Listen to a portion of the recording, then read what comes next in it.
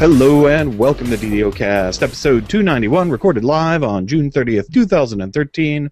We like to talk about Dungeons & Dragons Online around 4 p.m. Pacific every Sunday. You can watch us through G+, Hangouts, or on the website at DDOcast.com. I'm your host, Siegfried Trent. With us is lovely producer and wife, Ann Trent. Hi, darling. Hey, everybody. Yay! It's a very warm day here in Seattle, unusually so.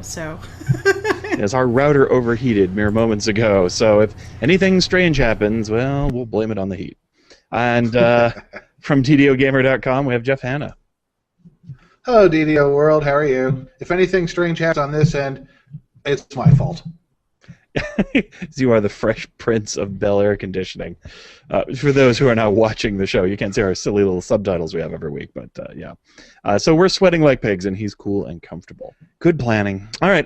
Well, hey, and as always, like to thank Cyber Ears for hosting our audio files. Thanks, guys. They're a very cool podcast hosting company.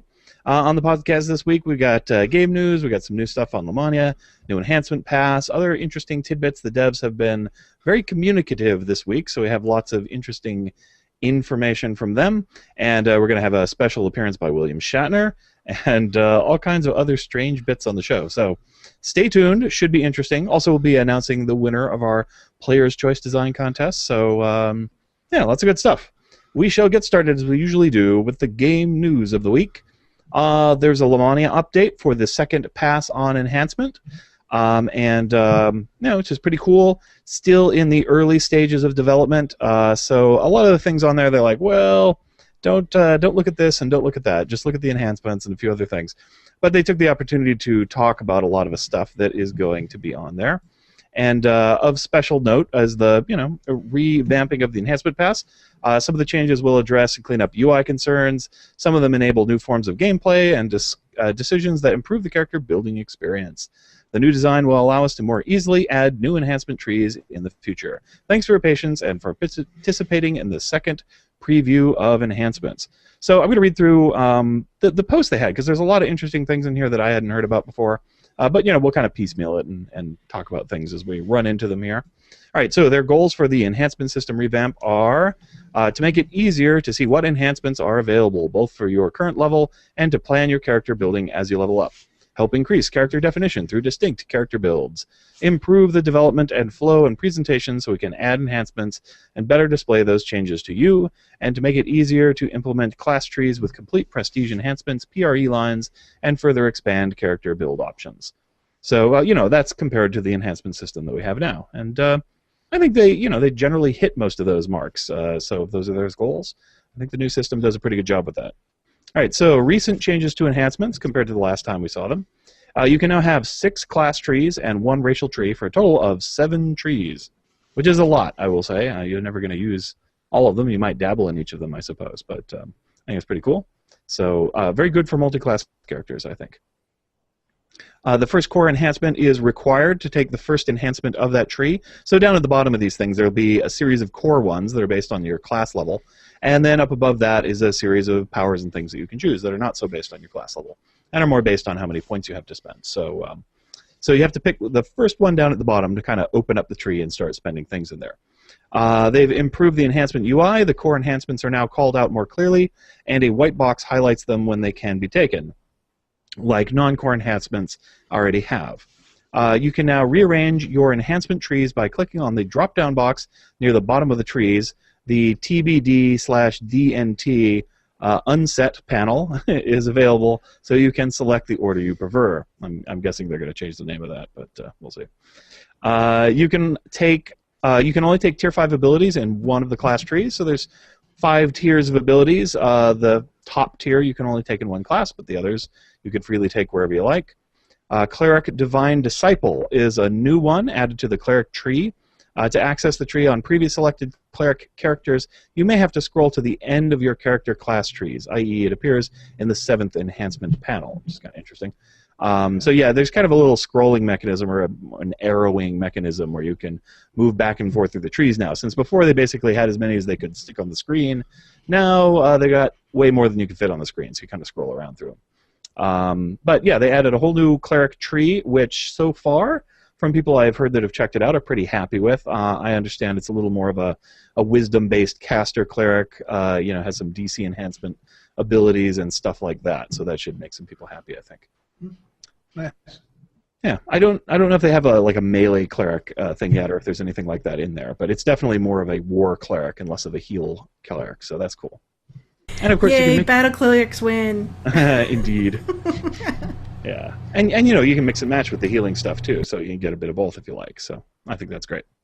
Yeah, part of the problem with just having the healing one is you're like, yeah, I've specialized in healing, and now I have to do it some more, and you're like, that's quite enough. I don't need that much healing. You know what I mean? Yeah, because the nice thing I think with the trees is, you can take a bunch of this, and you're like, oh, I'd like a little extra weapon damage as well. That'd be a great thing to get out of this tree over here, and so that's pretty cool. But yeah, with the way cleric was, there was really only one thing you could ever select, and that was more healing. Racial stuff was about your only chance to get out of that mold. But now they fixed that. Okay, also Bard War Chanter. The Bard stuff was pretty uninspiring before, so to speak. And the new one has been changed quite a bit. The tree has been significantly rearranged. Inspire Recklessness now works properly. Iron Chant now works properly. North Wind now works as intended. Ice Edges work as intended. Apparently nothing was working either. I didn't try the Bard ones out a whole lot, but I did look through them. Armor now has the correct AP cost. Wassail is gone and now included in the second core ability. Poetic Edda is now Tier 1. Fervor has been removed. Hero's Feast has been removed. Scald's Rage now scales based on song duration. Bard Action Boost. Sprint is now available. That's pretty cool. I like Sprint Boost. Okay. Boat should no longer stack with it. Oh, Boast should no longer stack with itself. Bard Gathering Cloud. Yeah. Boat shouldn't stack. Yeah, that's bad. Generally speaking, yes. Yeah. Stacking boats. Boats are heavy. They aren't. And not very useful for bards most of the time. Let's see. Bard Gathering Cold is now a stance. That, when active, grants 20/35/50% chance of getting Armor of Frost effect. Armor of Frost is +1 stacking, AC, and cold resist. Stacks up to 5 times. Yeah, whatever. The AC bonus on Rough and Ready is now 2, 4, 6. Rallying Cry, the old one, Tier 2, is now called Words of Encouragement. The new Rallying Cry, Tier 5, is an action boost. You and your allies within your song range gain 10% movement speed and +1 morale bonus to saving throws for 20 seconds. This ability can be used while feared to dispel fear effects. Wow, that's a Tier 5 ability? Yeah, that seems... that seems not good. so exciting. I mean, That doesn't seem good at all. Yeah, a morale bonus to saving... I mean, everybody has morale bonuses to saving throws already, usually. Right. So, wow, that's weird. I don't know. Maybe it should be a +10 morale bonus. That would be exciting. Yeah, that would be something. But this is heroic, not epic. 20 seconds.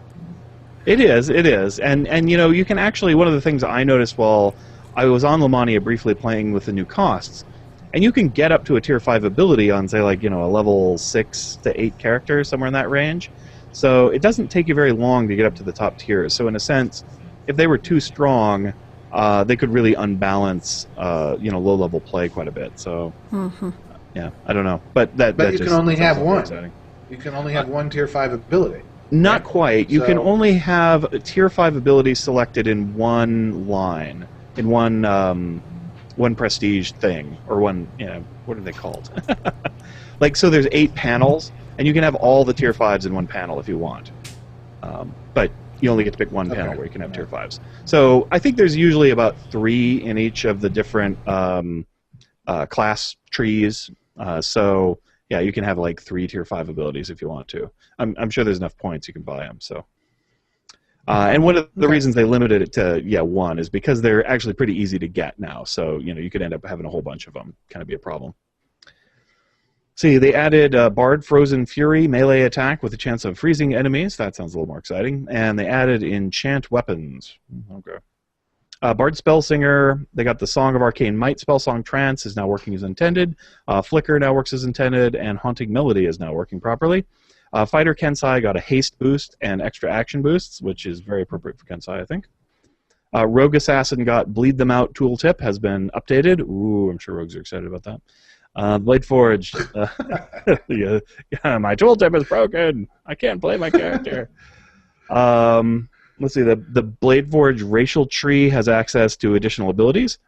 Dwarf Iron Stomach has been changed to grant remove poison or remove disease and heroism for 2 minutes whenever you drink a potion. Any potion. I think that's a really cool Any idea. potion. I like that. Yeah. All So right. any potion you drink acts as a cure poison, remove disease. That's great.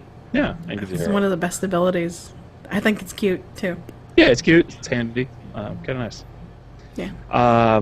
Let's see, Warforged. Construct toughness has been increased to 10 hit points. Okay. That's not, it costs 2 action points, though. I was looking at that one. I'm like, yeah, it's still 5 hit points per action point. It's an okay deal, but I don't know. Compared to what we're used to now, it's not very exciting. All right, faith-based feats. Some old religious feats that were exclusive to favored souls, such as Child of Volkor and Lord of Blades, now available to clerics and paladins if they want them at the cost of a feat. They remain freely granted to favored souls. The stats have been slightly improved to give more bonuses. So these are the things that, as you level up, basically they give you bonuses on weapons. You get, like, +1 to attack, and then you get +1 damage, and you get something else. I forget exactly what you get for those, but apparently they've been enhanced a little bit as well. So there, the battle clerics are not forgotten. Yeah, no, that's pretty cool. You can get that line of stuff from favored souls if you want to spend a feet on it. Clerics aren't exactly swimming in those, but take up a And you're going to get a levels. long sword for it, but I mean, still. Yeah. Right.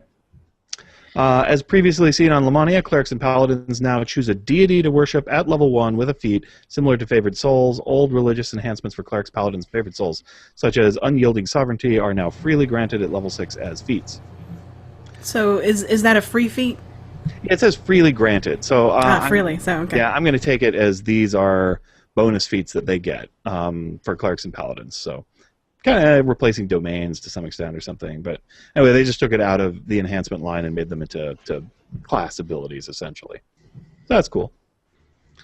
Amontor will be available as a deity for Forgotten Realms characters. I don't know much about Amontor or what weapons he's going to grant and stuff. I guess I should get on there and make a paladin and find out. It's like It's a sun cleric, right? it's a sun cleric. Yeah. Okay, cool.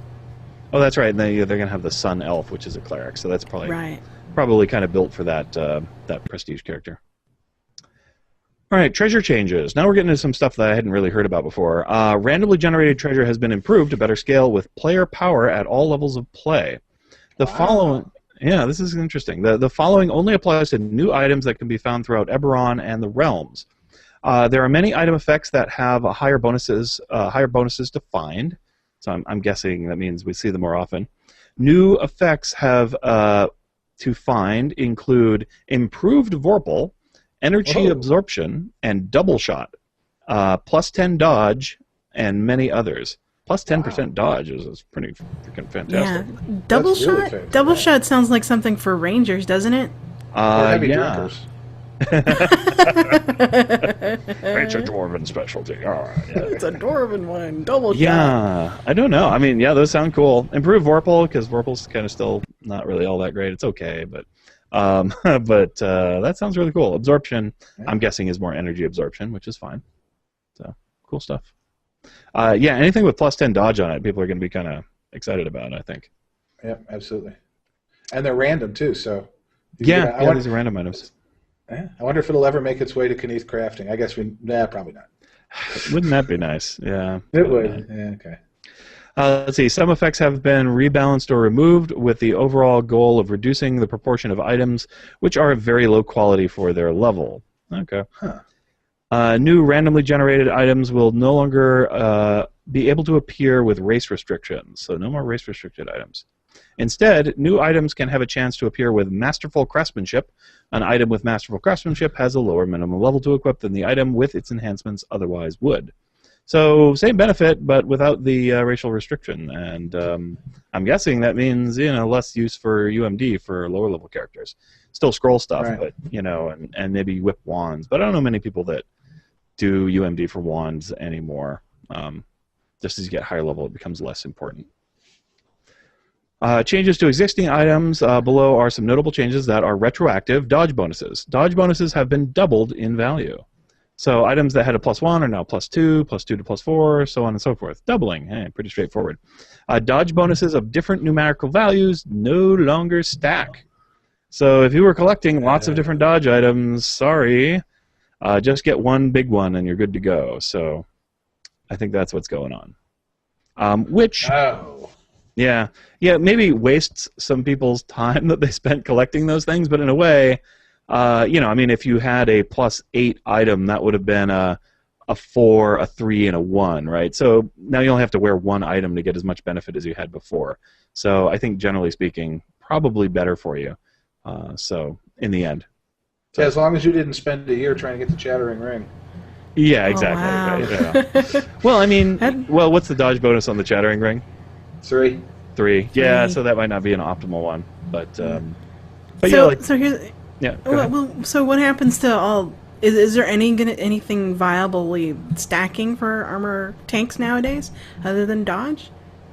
Well, armor class and PRR, So, Oh, PRR. Okay, that's yeah, right. yeah, I there's guess- that as well.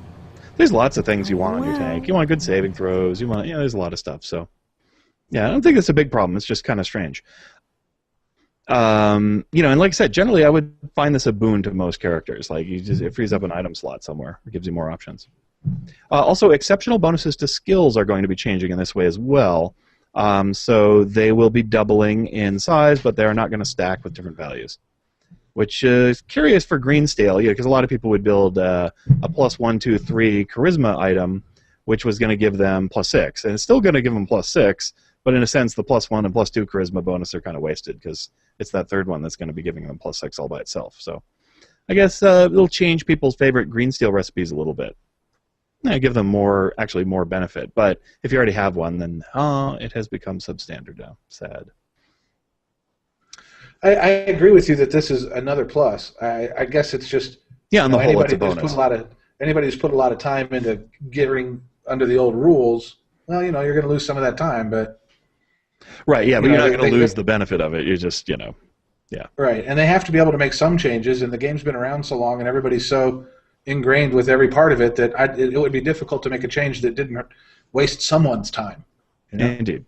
Although I will say, on the forums, land of vitriol and anger, the main thing that people are saying about this and some of the other changes that we're going to talk about is, why did we ask for that? Was anyone complaining that dodge bonuses were too complicated? What's going on?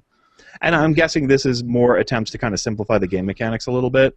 Basically, the stacking rules are really arcane and kind of goofy. So there are some areas of the game I don't mind some streamlining on, and that's definitely one of them. So I'm guessing that's the motivation. It's more accessibility for new players, but a lot of people are saying, with the bugs we have and content, why this? Well, with the current system, you have to do recursive checks to see whether or not they stack. It's a good question. Yeah, this probably improves performance a bit. This will probably improve performance and increase loading times because each time you load in, it does calculations while equipping your equipment onto your character. So this will probably save some time. Yeah. And while I wouldn't say, it's going to save a whole lot of cycles on the computer, but when you add up the number of players and the number of bonuses and all that stuff that's going on the servers, it probably does have some impact, even if you're just shaving a few lines of code out of one of these sort of things. So, please note that the following are in very early stages of development, and many aspects of these values are subject to change. We would like to focus on the enhancements at this time, but you will likely encounter these changes, so we figured we should talk about them. So this is stuff that's not quite done, but is in the pipeline, and so we're getting a look at it because I think basically we're seeing a developer's build of the enhancement system. It's kind of in progress. All right, so repetition penalty. The repetition penalty system is in the process of being changed. Please note that the values currently on Lamania are placeholder values, and so we talked about this last time. The quest experience is changing such that it's a little more like ransack. You run the quest, and then it gets weaker and weaker, but then after a certain amount of time, you get a reset, and it's back up to its full bonus. So, and also every day you get a bonus for running something, or we're still not sure exactly how that works, but basically that's the change they're making, which I think is a good one. Stealth and AI awareness. So they're updating the stealth and AI awareness systems, and we're going to talk more about that later. There was a detailed dev post about it. Secret doors. It looks cool. Yeah, it's definitely neat. Yeah, and I've got it here in the show notes. I've got the actual dev post, a summarization of that one, because the stealth one was really long, and maybe a little like it said the same things a few times, so I kind of crunched it down. Secret doors, the True Seeing and Detect Secret Doors are also getting an update. This is another one that people were like, why are you doing that? Like, we don't care. Secret doors are fun. But hey, they're getting an update anyway. Well, they explained that one. They do explain explained why, yeah, which we'll read. Yeah. Okay. Harbor adjustments. The harbor is in the process of being updated. Many NPCs, trainers, quest givers, etc. have been relocated. Fizzpat the Fence now gives out a free gem bag. Baudry Cartman now gives players collectible bags. Mari Mosshand has been removed. Added Mari. Yeah. Is she the one that gave out the bags before? Yeah, maybe she's a Taken now. Oh, yeah. Added a simple skill check quest to allow players to help refugees in the harbor around areas. Oh, like a dialogue quest. That's pretty cool. While fixing the server crash in Baudry Cartman's interest, we also made some other updates. This quest is now available. That's cool. And maybe a little more interesting. It was kind of boring before. Like, guard the box. Gone. Is this going to be over soon? Guard the box. We hate the box. Yeah. We hate the box so much. It's a cute quest, but it goes on for about 5 minutes too long at least. So, let's see. So all that sounds, that sounds nice. I like the idea of a little in-harbor quest, to do skill challenges and stuff. That's kind of fun. And teaches people how that's going to work in quests and things like that. So that's neat. Handing out different people handing gem bags. Kind of I don't know.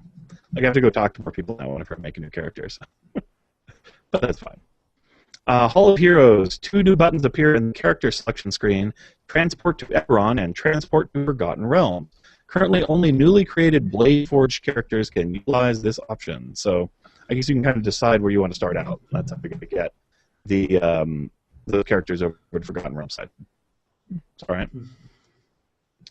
Miscellaneous changes. We're changing the name of Extra Shot to Double Shot to match consistently with Double Strike. If you see the term Extra Shot anywhere, please bug it. This should be called Double Shot now. So I'm guessing it's a lot like Double Strike then, if that's the case. All right. The Hay spell now provides +1 dodge instead of +1 armor class. Okay. If it stacks, that's a plus. That's an improvement. Anyway, moving on. Bug fixes. XP potions should now affect all monster. Manual XP awards. Uncaring master should no longer be told how much they care. I'm not sure exactly what that means. Does that mean you don't get Does that mean you don't get the note anymore, or it really has no effect? I'm guessing you don't get the note anymore. I'm not sure. That's funny. You can now easily click on the chat window type box. Evening Star Spirit Binder once again binds you to Evening Star, not to Weeloon. Stuck spots. A number of stuck spots have been fixed. Hey, that's nice. Discovering all Explorer locations in Giant Hold once again reveals the entire map. Okay, those are nice bug fixes. The launcher. There's a new launcher making its reappearance on Lamania. Yeah, the new launcher that keeps a lot of people from playing. Here, Jeff, you experienced that? Oh, it's so much fun. You start DDO and nothing happens. A bunch of whirring, and you get an unkillable process that you can't even. You can't get to it at all. You can't kill it. Yeah. There's nothing. Yeah, you can stop it. You have to go in and rename the invoker.exe file inside of the application directory, and that will stop it from cycling. But just as a tip, really annoying though. Really, really annoying. Anyway. They're saying here, if you are patching from the Lamania build at the end of May, build 8040, you may encounter invoker issues. So here's what you're officially supposed to do if you run into this. Create a shortcut to turbinelauncher.exe, right-click on the shortcut, select properties, add -invoker to the end of the target field, click OK, and then double-click on the new shortcut. And that should fix it. I'm guessing it patches your invoker somehow or something like that. I don't know. But that's the official fix. What I tend to do is go copy the invoker.exe file from my regular DDO client. I stick it in the Lamania folder, and that seems to work as well. So, all right. So that's it. There was other known bugs and whatnot, but that was the only one that I really thought people needed to know about. If you want to check all this out, however, you'd better hurry because it's only available until July 1st, which would be tomorrow. Yeah, tomorrow, yeah. So it wasn't really on there for very long, but it was pretty interesting. Okay, so let's get in. We have the new stealth system here. And like I said, this was from developer No Dice, another guy I have never seen before. Have you ever seen any posts from him, Jeff? He responded in one of my breakfast with Turbin thing, and that was the first time I had heard of him. Okay, cool. All right, so developer No Dice posted what I say was a lengthy explanation, which is great, by the way. no problem on that. I just didn't want to read the whole thing on air because it was really long and pretty detailed. But it's about the stealth and awareness systems in DDO. So I thought I would summarize the major points. It's still pretty long just to do that. But there are upcoming changes. They have no specific date. They can be seen in Lemaniac right now, but they are not completely finished, so they aren't really working the way they're supposed to. But he wanted to explain what they're supposed to be doing. The best news is that the changes he's making should greatly improve AI performance and thus reduce game lag. Not eliminate it, of course, just make so that there's less of it. The red footstep graphics that you currently see when you are making noise will now only appear if a monster actually hears you making the noise. So if you see the red footsteps, that means something was alerted to your presence. Right now, it just means you are broadcasting sound out into the environment.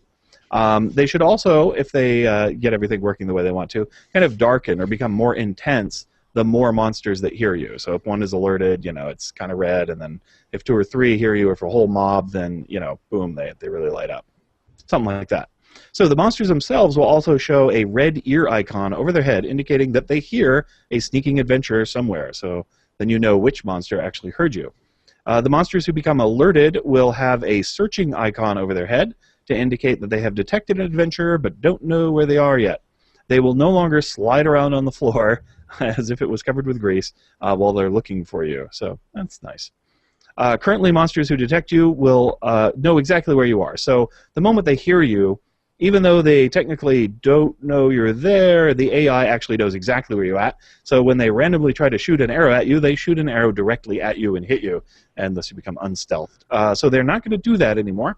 Instead, they will attack the area where they heard you the first time. So when the red light's up, you might not want to stay there. So the last time they heard you, they're going to shoot at that location or run over and try to swing at it. And then what they'll do is if they don't hit you there, they'll just start kind of randomly swiping around the area in a little search pattern until eventually, as time goes on, they will get less and less interested, and then they'll go back to where they were before, which is pretty cool. Much more like a kind of real stealth system. Blind monsters should behave a little bit more like that when it comes to searching for enemies to hit. And sneak attack should now be usable to hide from... Oh, sorry, not sneak, but sneak attack, but just sneak, should be usable to hide from monsters that are already detected you. So the longer you can evade them actually hitting you, the more their aggro will count down until eventually they just give up and they go back home. So even if a monster is chasing you, it knows exactly where you're at. You can run around a corner, go stealthy, and if they don't see you and they can't catch you and find you, eventually they'll run away. So that, I think, is way cooler than it was before. Very nice. Yeah, I like that a lot. And invisibility, very similar. All this stuff kind of applies to that as well. Although obviously with invisibility, they'll hear you, so they'll keep looking as long as they can hear you moving around. The goals are to make it possible for with character development to successfully sneak your way past combats, to use stealth to evade and hide from monsters, to use abilities like Assassinate effectively, and to give players a much better feedback on if their stealth attempts are successful or not. All the while reducing the AI load to make the game better to play. And that sounds great to me. I mean, yeah, it's great. I mean, like, go ahead. No, you first. Oh, okay. I was gonna say is, I remember when you could get XP bonuses for being really sneaky in quests, but then they started making these quests where you couldn't really sneak. So maybe this is a trend where they'll start creating quests where sneaking is a viable option to completing a quest. So you have the main quest line that you can complete, and then you have this optional sort of alternative path to completing a quest. So cool. I don't really have the patience to play a stealth game with DDO anymore. I mean, I kind of used to, but I know all the quests too well. So for me, I'm probably still just going to blast my way through them as fast and as loud as I can. But having said that, the stealth game, when you could play it, was fun, and I don't see any downside to this at all, I guess, other than, theoretically they could have put time on something that I care about more. Yeah. Which isn't really a downside. A lot of people like the stealth gameplay, so I think this is 2 big thumbs up. Yeah, I think it's pretty neat. I even have a stealth character that I built specifically to sneak around. Although still, yeah, it's clearly not my favorite gameplay style, because even when I play him, I still end up sometimes just killing everything else. It's like, even though I'm supposed to play him stealthy, occasionally I get kind of impatient, and I'm like, oh, I could just kill these guys. Come on. What am I sneaking around from these guys for? Yeah, it'd be kind of fun. And also, at low level, he's not really very good at it, so he fails to sneak a lot. And I'm like, oh, I gotta fight everybody. Oh, well. All right, so the other one was Secret Doors, which was short enough. I'll just read it. And this one is from Purple Foos. It says, hello again. There's another change that will be visible in this week's Lamania game, but before we're done with the implementation, the wonderful world of Secret Doors. As part of our work to enhance Shodarkai Rogue and other sneaky business in-game, we have been evaluating the way Secret Doors behave in the game at high levels. Hidden doors and search skill become largely irrelevant at the high levels because of the game mechanic, because the magic to reveal them is achievable at such low levels. Above level 5 to 8, you basically never end up using search or spot to find hidden doors. Our quest makers place hidden doors in high-level content, but if anyone can automatically see them, then those doors are not very hidden, in which case, what is the point of making them hidden at all? We've deliberated over this for a while, and there were a couple ways that we could approach it. We could just not place secret doors in dungeons anymore. It's faster for us to put basic doors in, but it also means that it's just physically nothing hidden for you to find. That seemed bad. We could nerf the instant find spells. That also seemed bad. So we were kind of at an impasse to meet our design goals when we landed on a design that we think will reward players for character advancement, encourage designers to keep hiding those doors in newer level content, and soften any radical changes to the quest players are used to. So here they go. Here's the basic design and what the state of the design is for Lamania. We will be updating the Detect Secret Door spell so that it scales up with your character levels. So we are still working on the full design, but what we want is the casting formula is specifically and which skills will influence it, and you therefore may experience odd behavior on Lamania with the spell since the mechanic has not been finalized and the spell isn't acting the way it's supposed to. True Seeing will now detect secret doors as if you have been able to find the secret door with a spot and search of 30. We are going for a simple round number, and that's right about in the heroic epic line. True Seeing will continue to have lots of other useful benefits, including negating displacement, blur, and invisibility.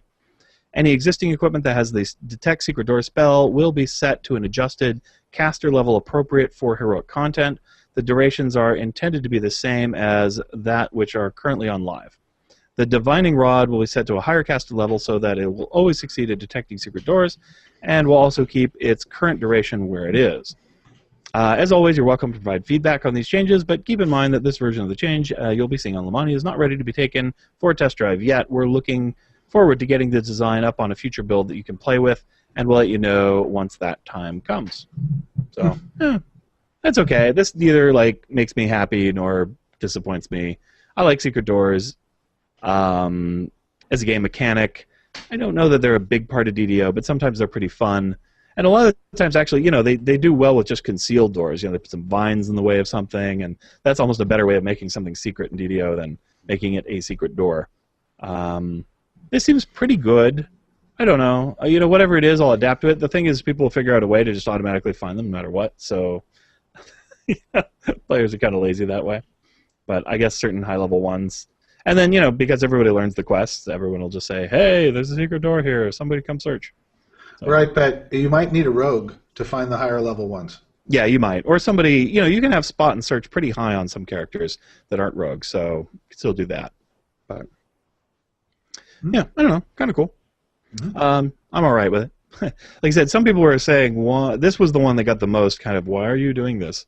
But like I said, they're trying to make stealth play more interesting for this new character that they're going to add in, which I'm guessing has lots of stealth and assassin-y type things, so that's cool. Enhanced Adventures on Lamania.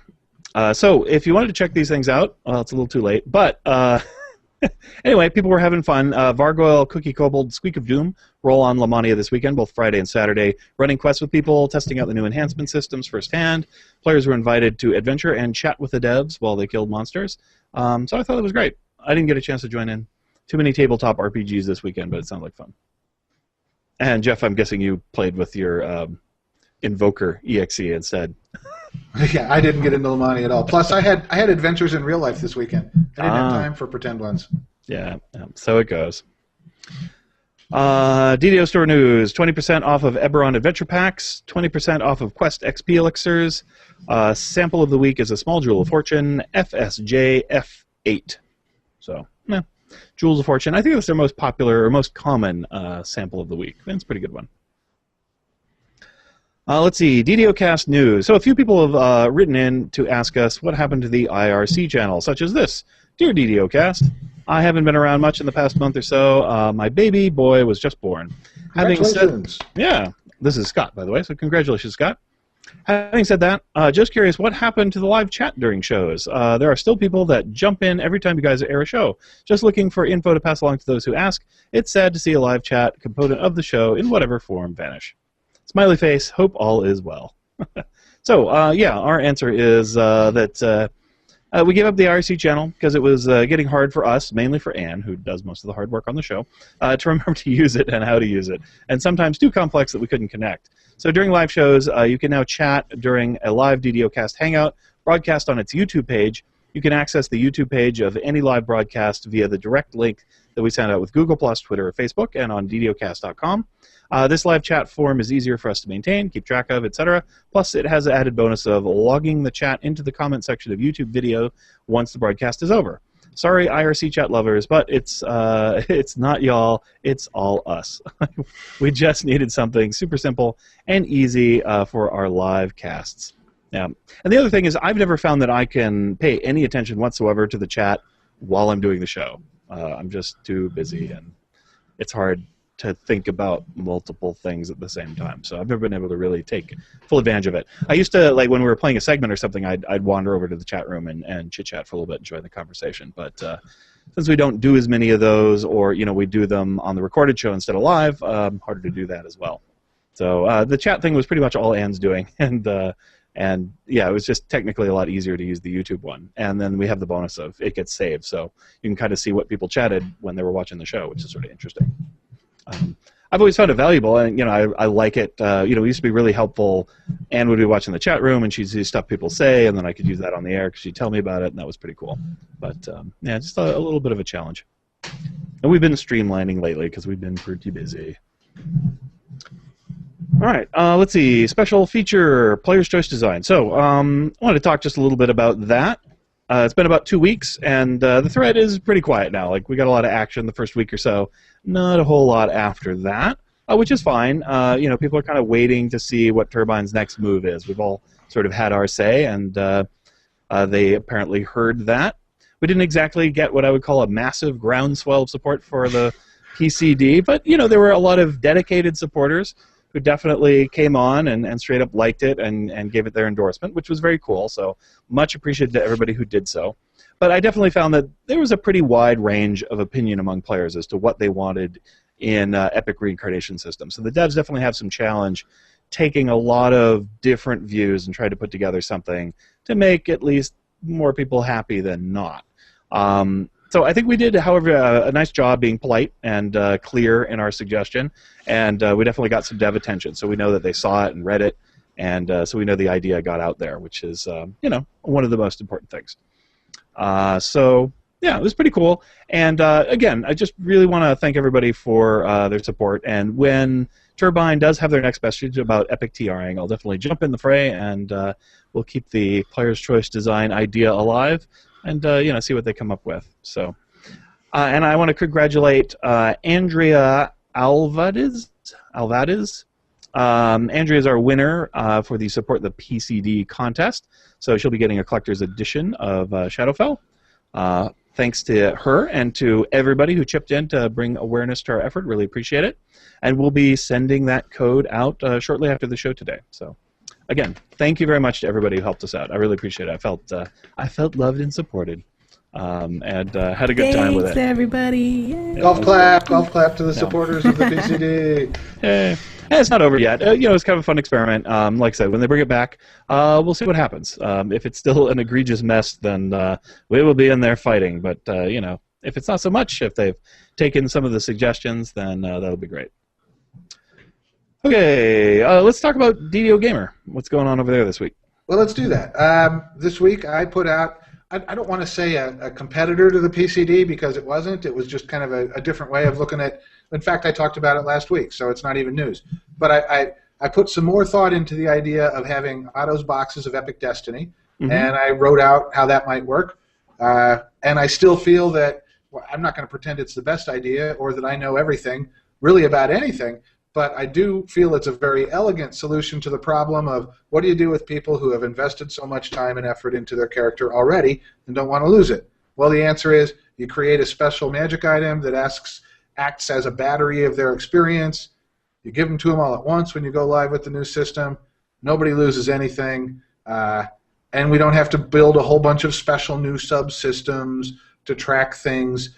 It's just a new magic item and an awarding script.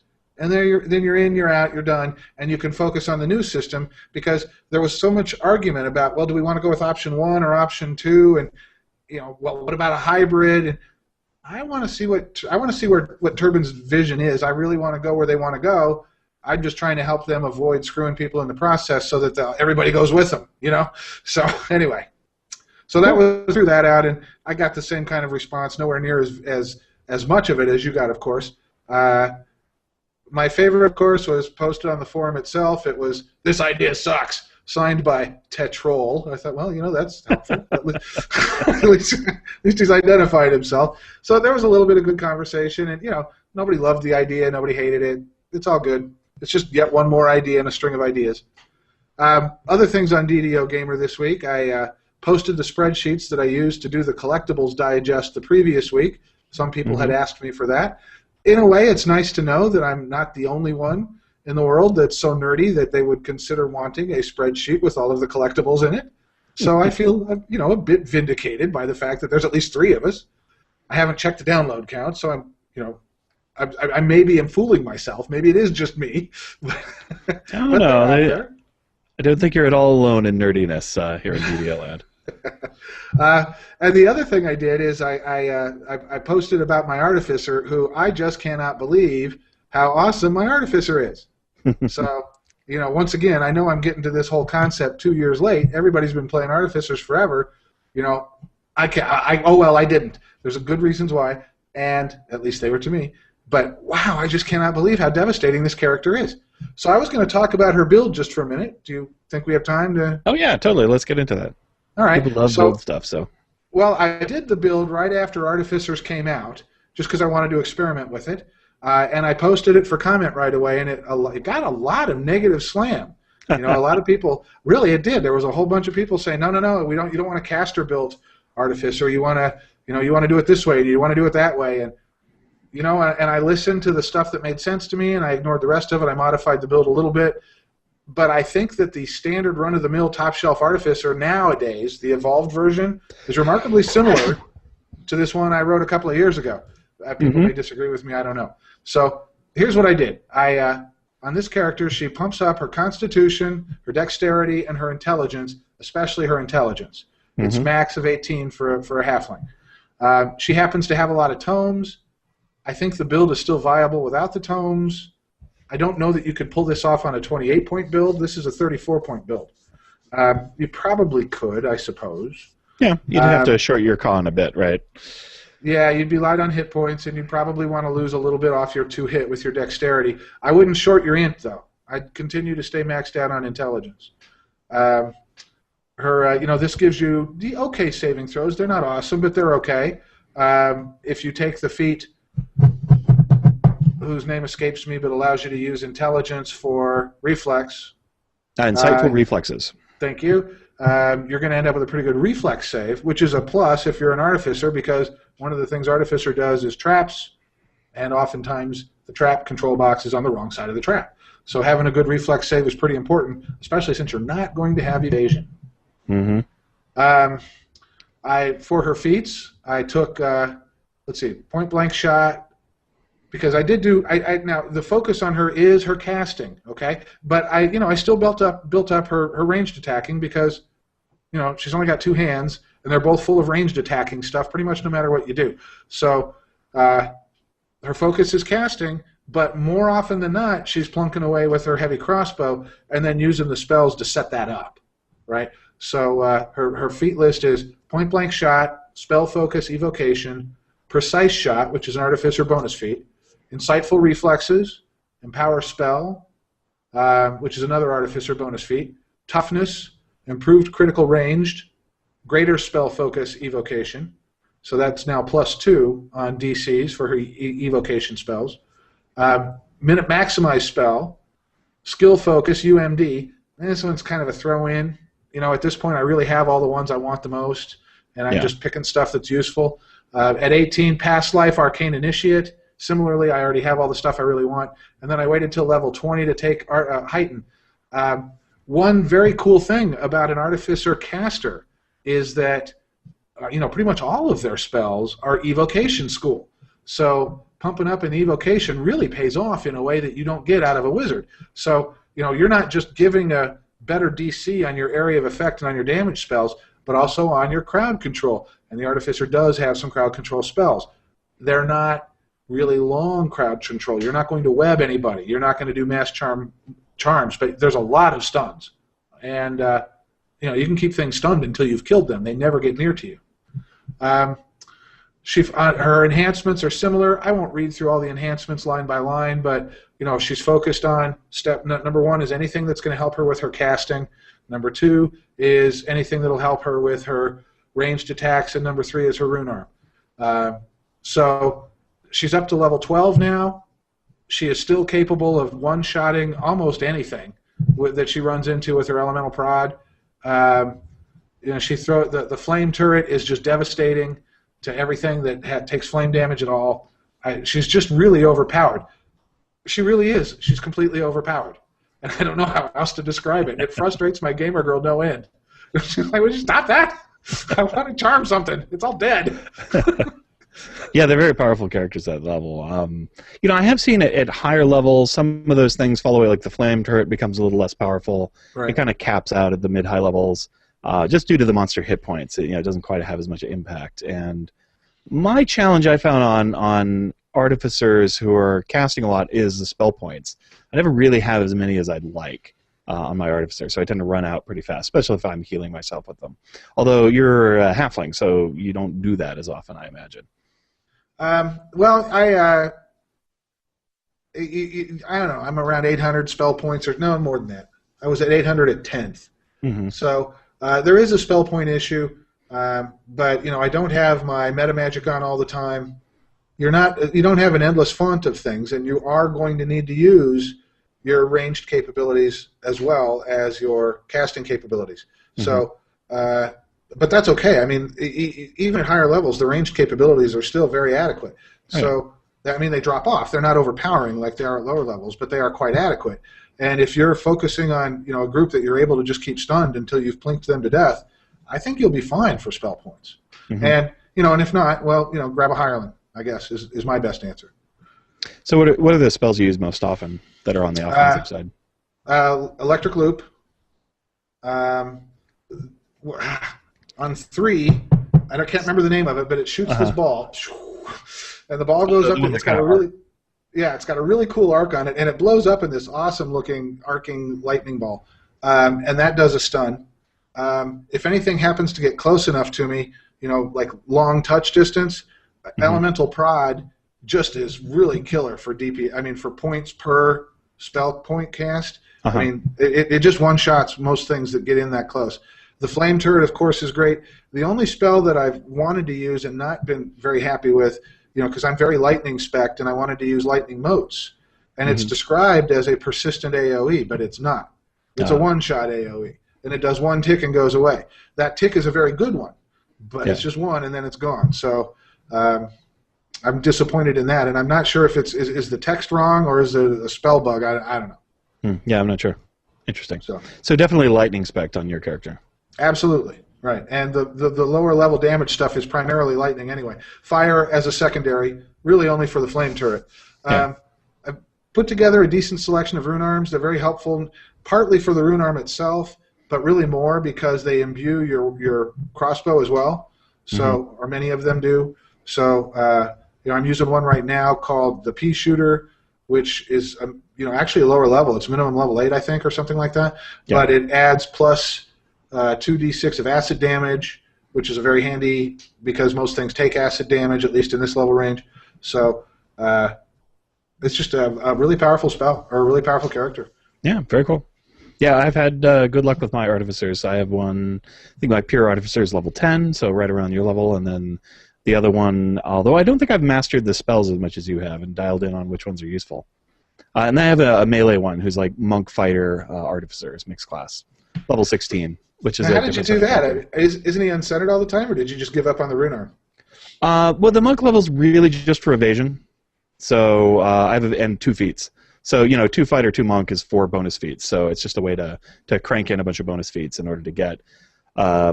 Actually, strangely, I use the 2-handed fighting line. This is a dwarf character, and so dwarven axes, when you use them one-handed, give the glancing blows. So you get bonus damage out of it that way. So it's just kind of a dwarven axe character that gets a lot of bonus damage on the swings. And, hey, one more tip for extending your spell points is use your wands. Mm-hmm. Because artificers have heightened, empowered wands to begin with. Plus, eventually you get to the point where some percentage of the time you use a wand charge and it doesn't even go away. So same with clickies. So load up on wands and clickies, and you can do a lot of effective things that cost 0 spell points. Yeah, cool. That's a good tip. I didn't know that. Is that part of their initial class package? The 20th level. Well, okay. Well, the 20th level thing I know about, but right. But no, they just have. I do. Oh, now see, I've got to work from memory here.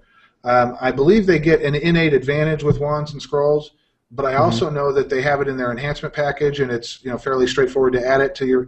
I mean, I have Artificer Wand and Scroll Mastery 4 and Wand Heightening 3. Right.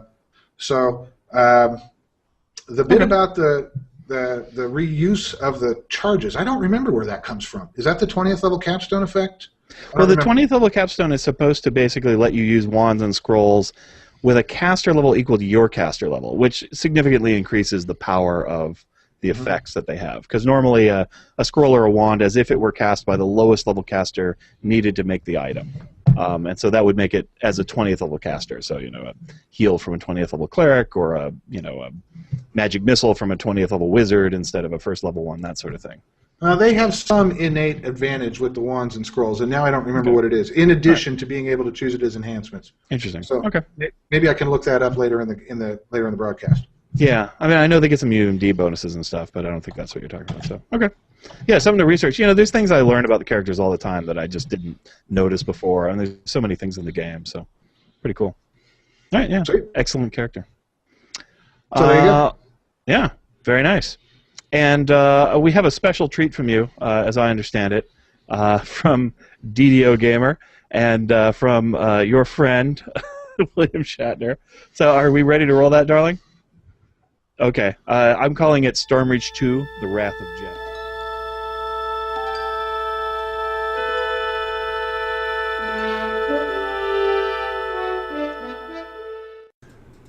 I served in the last war. I dealt in death. It was all I knew. With the war now ended and my home destroyed, I cast my eyes to the horizon and the city of Stormreach. Tales of danger and endless riches call to someone like me. A warrior, a mercenary, a lost soul. This time, fortune smiled upon me, for I have found many like myself, heroes from the far corners of the world, dealers of death, of life, of courage. We charge into the abyss.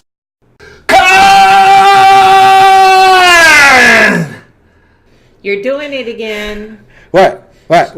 Shouting Khan for no reason. But I saw a thing. It kind of looked like, We talked about this. No one wants to hear that. Have you seen my latest check from Priceline?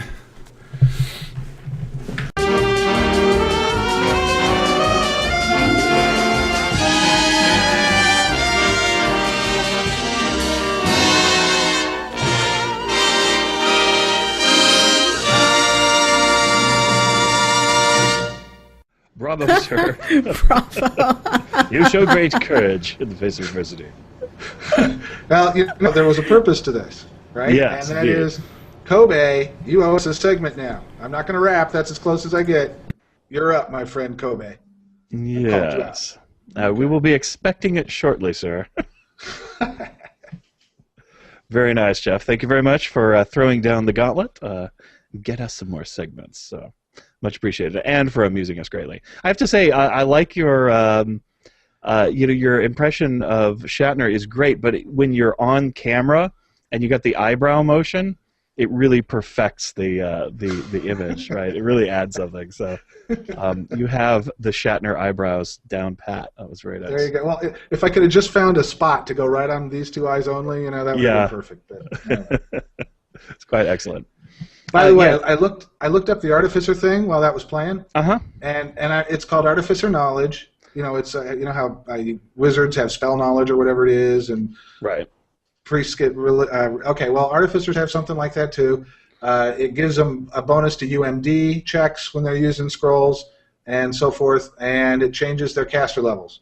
So, and they get it at scrolls and with potions and with wands, and later with arms and armor, and eventually with wondrous army items, i.e., cookies. So, There you go.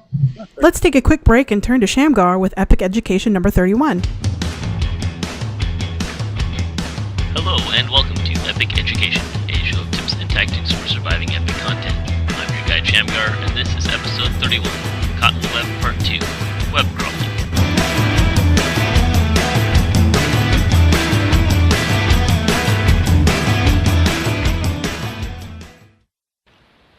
Last time we found Anna and beat back Loth to give ourselves the chance to escape.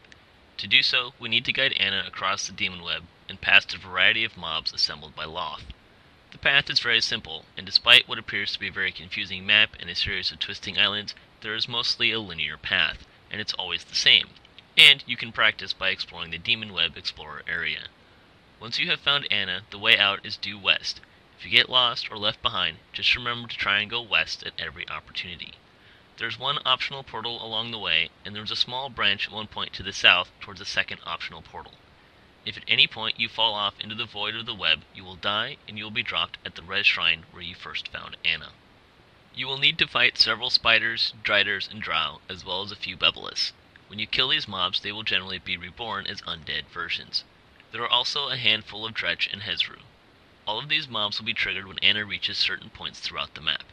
It is possible to run by some mobs, and they will often get caught in the web's twisting terrain, but do so sparingly because you will only incur serious dungeon alert. Anna will not have problems keeping up with you. Even if she gets stuck, she will teleport to her babysitter. All of the Driders and Dragoloths are orange named, and all of the Bebelus are red named, making them more problematic with higher alerts.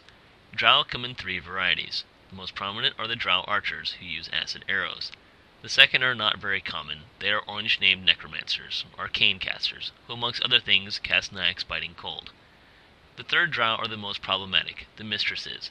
These are red-named divine priestesses that are divine casters with spells like Common Fall, Holds, Fear, Energy Drain, and Divine Punishment. This makes them one of the most dangerous mobs you will encounter. They also have the ability to sacrifice nearby living monsters when they get low on hit points. This will instantly kill whatever is sacrificed regardless of its health and fully heal the mistress. It also grants them a buff that makes them resistant to most form of damage for a short period of time. This sacrifice ability has decent range and may require you to look around corners to prevent it. They cannot sacrifice other priestesses or undead mobs. Some groups, especially in harder difficulties, will use this to their advantage. Instead of attacking the larger and more physically damaging Bebelus, groups will sometimes attack nearby mistresses to sacrifice the beefier Bebelith. You will still have to deal with their undead versions, but it can sometimes be easier to beat up the squishier mistress rather than the live Bebelith. It is, however, much more preferable to kill the archers and spiders before tackling the mistresses. They are far less durable and should not take too much time to kill, particularly on Elite. It can be beneficial to have someone with evasion kite mistresses around to prevent the main party from being constantly hit with Comet Falls. Especially as you run into more of them at a time, it can be helpful to run around corners, often preventing their spells from landing, especially Divine Punishment. It is more effective to have your DPS act as a pack, killing the same mobs as much as possible, especially with the bigger mobs. Along the way, there are 2 optionals, each granting an additional raid chest, though they do not drop heroic commendations. Additionally, doing these optionals, which involves having Anna destroy orbs, gives Anna more health, which leads to yet another raid chest. To destroy these orbs, you will first need to defeat their guardians. Each of these optionals is accessed through a portal within the demon web. The first is along the path on the way out. The second is on a large island south of the path out of the web. This island is south of the large island with 4 mistresses and a host of driders live. Going through these portals lands you on an independent island with only the portal as a way out, but that portal disappears once Anna, or rather her babysitter, goes through. The portal will not reopen until you kill what's inside. The only way out is to jump off the edge to death, but this is not a path that Anna can follow, so if you plan to go into the portal, make sure you can win, lest Anna be seriously beat up. The first of these orbs is guarded by a Glabrezu. His island has a roof of spikes that he will throw the entire party into. The second island has a beefy Bevelith. Both islands have respawning trash consisting of Driders, Dretch, Spiders, Hezrus, and Drow. The best strategy here is to have the bulk of your DPS on the boss, because once they die, trash will stop respawning. Casters and range folk can kite the trash around, and kill some of it if they are able. Kiters and healers will need to be aware that Driders are good at tripping, and mistresses can knock folks down with Common Fall, so a kiter might need some assistance at some point. Once the big boys are down, clean up the rest and destroy the orb. If you get an alert, you may need to kill some of the trash to better fight the boss. On your way to the second optional, you encounter several mistresses on that portal's island. If you want to save some time, these are good mobs to skip. They will follow you up to the portal at the top of the island, but are a bit slow since they try and cast a lot of spells. On your way back out of the portal, you can simply jump off to the top island and run. In most cases, the mistresses will not find their way. You can in fact run all the way to the third to last island past several mobs, preferably with Anna in the back and a bit behind, to skip most of these mobs. A few will make it to you there, but most will not. Once you get to this island, you will get another spawn of mobs. It's the only island with a solid roof and has an archway to the west with a ramp going up, and when Anna gets here, Loth will grow weary of this game and try to crush you. Clean this up and don't take Anna up the ramp quite yet. The final battle with Loth is about to begin. A final note. If you are dead, you can jump off into the ether and land at the res shrine. A handy tip if you get left behind or your party wipes. That will end this week's Epic Education. If you have any questions, comments, or corrections, you can email me at ddoepiceducation@gmail.com or visit my DDO blog at chamgar.ddocast.com. Join me next time as I continue discussing Caught in the Web. Thanks for listening. Well, let's do the What You've Been Doing section of the show. I have not played a lot of DDO this week. I did get on Lamani, like I said, and kind of dork around with stuff. Tried to make my wizard so I could try out my enhancements, see what I'm going to use on my characters. I leveled a bunch of characters. We played with the TR group that we've been playing with lately, and I don't know, leveled up a couple characters to 15, played my Dwarven Tank. He's a lot of fun, and my Warforged Favored Soul, who I also really like a lot. That's a fun character. Just kind of two-handed spec Favored Soul for melee damage, but nice blade barrier, a little lightning bee, that sort of thing. Fun character. Got a lot of kills off of her. It's as a lady Warforged. So that's about it. We didn't play our own TRs all that much this week. We probably played it a little bit at the beginning of the week. I don't remember exactly what we did, but we're up to level 11 now with those guys, and they're playing pretty well. How about you, darling? Hey, yeah, Borderlands 2 came out, so I haven't been playing much.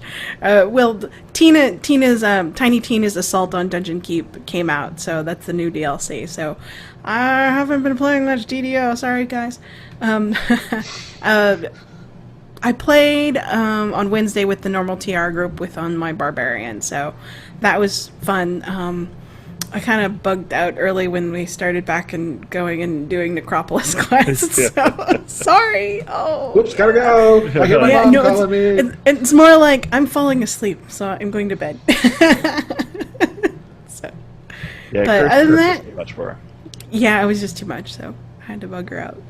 I'll be there for other stuff, I promise. Oh yeah. Well, your Anyway. character was about capped out anyway. Yeah, she was. She's only a single life, so.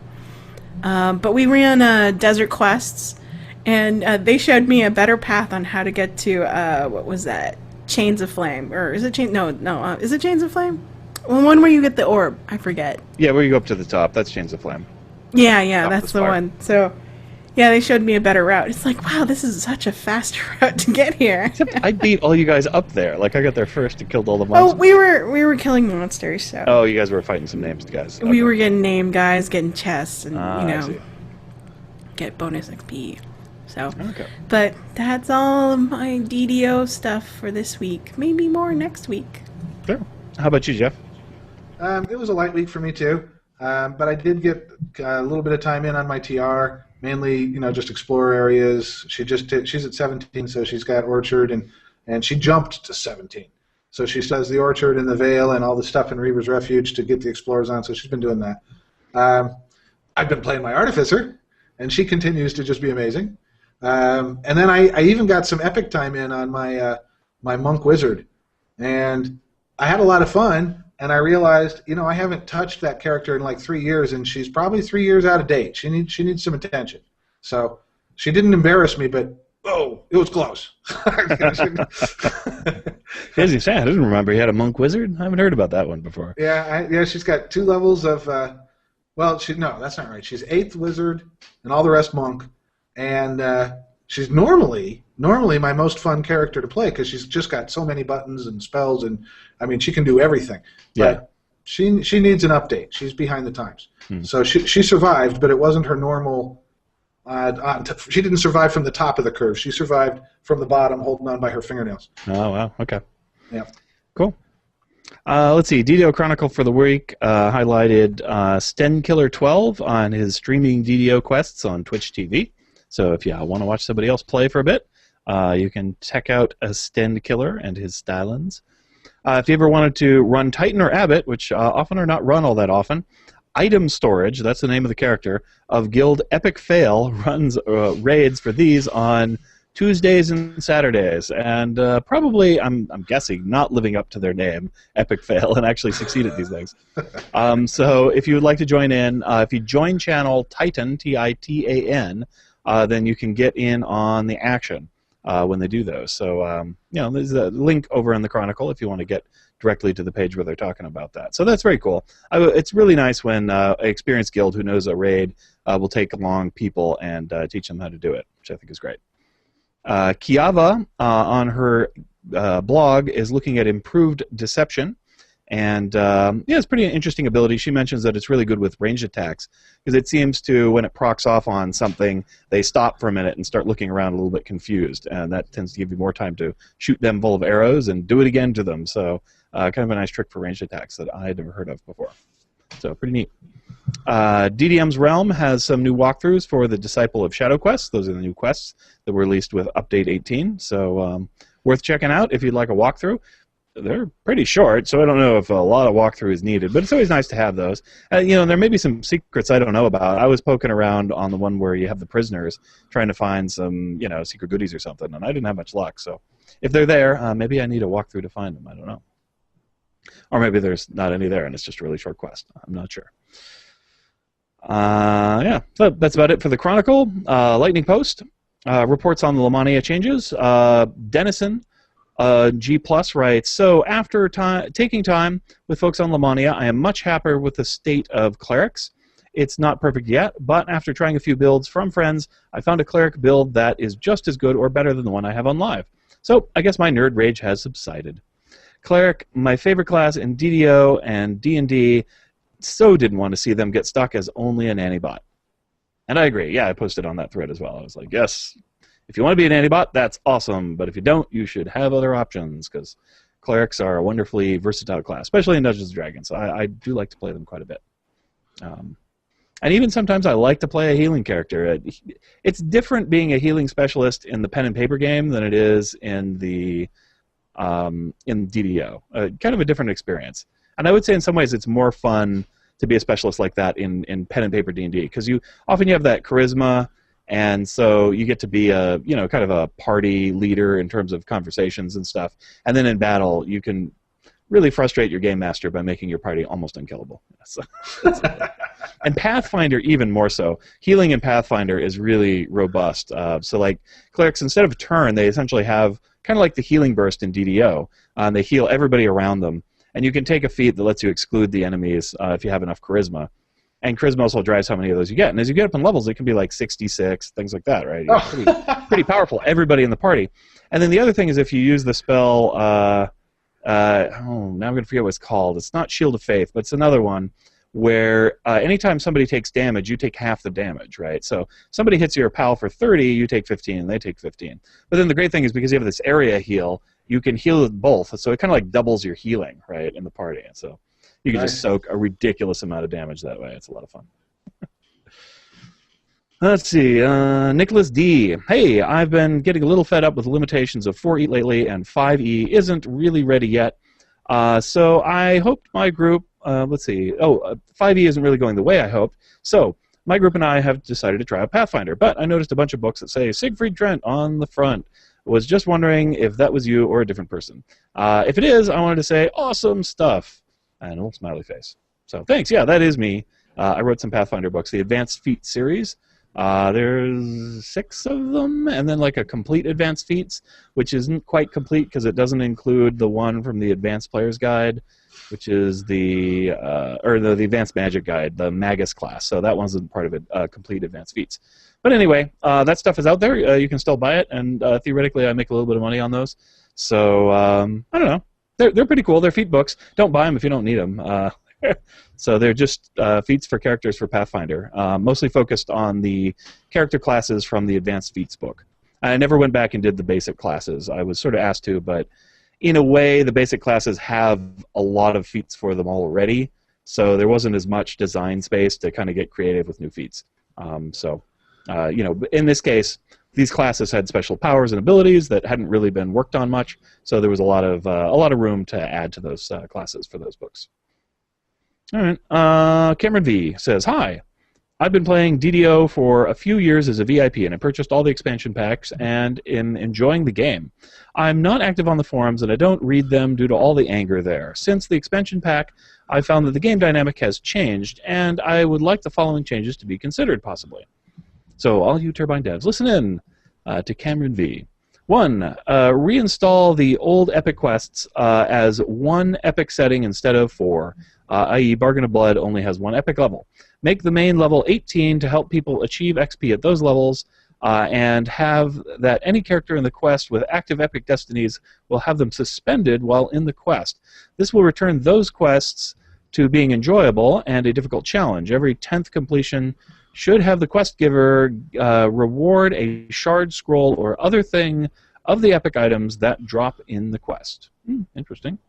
Number 2, don't have epic reincarnation at all. Leave it as it is. 3, remove all resurrection shrines in all quests after level 11 to make the game more of a challenge. Raising can only be done through spells, items, scrolls, or cakes. So, yeah, I take it Cameron is a little bit on the hardcore side of Play World. I don't think removing all the shrines will be all that popular. But and it's not for raise reasons either. No, I mean, I think the thing is a lot of people play by themselves, or with a small group, and the res shrines are pretty essential if you don't want to have a cleric in your party. So, I think that's the main reason for those being there. And also, I guess he includes the cakes in there, so at least he's looking out for Turbine's bottom line. Well, you can play hardcore. Don't even use it. Yeah, you can certainly not use them. What's to prevent you from defining your own rules about how you play? Nothing. So permadeaths, you can not do anything or do a specific thing. Yeah, I have a ton of respect for the folks that make the game more challenging for themselves one way or another. I think that's it's a pretty cool deal. Yeah. It's basically some of the philosophy, the grass is greener where you water it. So if you want to make the game more enjoyable, make some rules for yourself to make them more enjoyable. Yeah. My guild experimented with a permadeath knight. Yeah. We did it for about 3 weeks. I was on my 8th or 9th character. Until you died? No. Well, yeah. On the other hand, it was the only time I've ever heard my guildmate Pugster scream like a little girl. Because, oh God, I know he was panicking. Well, that's the fun of it, right? Yeah, I mean, it adds a real element of tension and excitement to the game. Yeah. It did? If you get bored, I definitely recommend it for people. If you find questing just too dull and not challenging enough, it's a great way to go. Although it really helps to be in a guild for it, because then you'll keep yourself from cheating, right? Because the moment you start cheating, that kind of takes away the thrill, I think. And they have rules. I mean, if you die, you have to not be in that guild anymore. You join the other guild, I guess, or something. You can still use that character if you want to. A dead characters guild, yeah. Not all of them, though. Yeah. But not all of them, but some of them. So. Mm-hmm. And there's there's all different ones have different rules. Some of them don't let you use the auction house. Some of them don't let you trade items with other characters. They have all kinds of various rules. They generally don't use anything from the DDO store except for cosmetics. Although they tend to be fond of those because a lot of role-playing people like permadeath. So, the epic suggestion I don't completely understand. Make them so it's going to be an epic quest, but it's minimum level 18. And I'm guessing they want the higher difficulty instead of the 4 different difficulties. So they would like it to just be hardcore instead of having kind of an easy mode epic version. I think that made sense when epic was just sort of a special elite gameplay mode. But now it's basically half the game. It's just another level of play. So I don't think they'd be able to get away with that. Well, the reason why they put it in is so that you can gain levels and XP during epic questing, right? So. Yeah, without certain bits of content, how else are you going to gain XP and get to what I hear that update 20 or update 21 we're going to go up to 30 maybe? That's a rumor. So level 30, you need XP somewhere. Yeah, 19 takes you to 28. They'll probably go to 30 eventually as well, maybe next year or something. But I think the thing is they want people to be able to get to level 30 even if they're not hardcore players. And if you had to do it on Epic Elite the whole way, not a lot of people would make it. I think it would be a pretty bad experience. So they have Epic Elite if you're really hardcore, you run that. And not so much, then you run Epic Normal or Epic Hard, or even Epic Casual if you really just want to knock them out. And so that's for more casual players. And, I like that. I like that you get to pick and choose. He does bring up a really good point, though, with the minimum level 18 thing. I have found, especially on second TRs, that you get up towards level 18 and you really wish you could run some of those epic quests because you're kind of running out of good XP sources and there's a lot of XP to be got there and the character can probably handle it. And so it feels kind of lame. You're like, I could do this quest with my eyes closed, but I can't because it only lets level 20s in. So it might be nice if there was some way for non-epic characters to get into epic quests, especially up at around that level.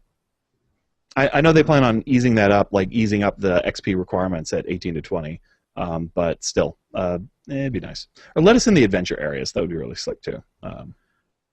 Yeah, that's true. I think I can take his idea 1 and his idea 3 and mash them up into an idea 4.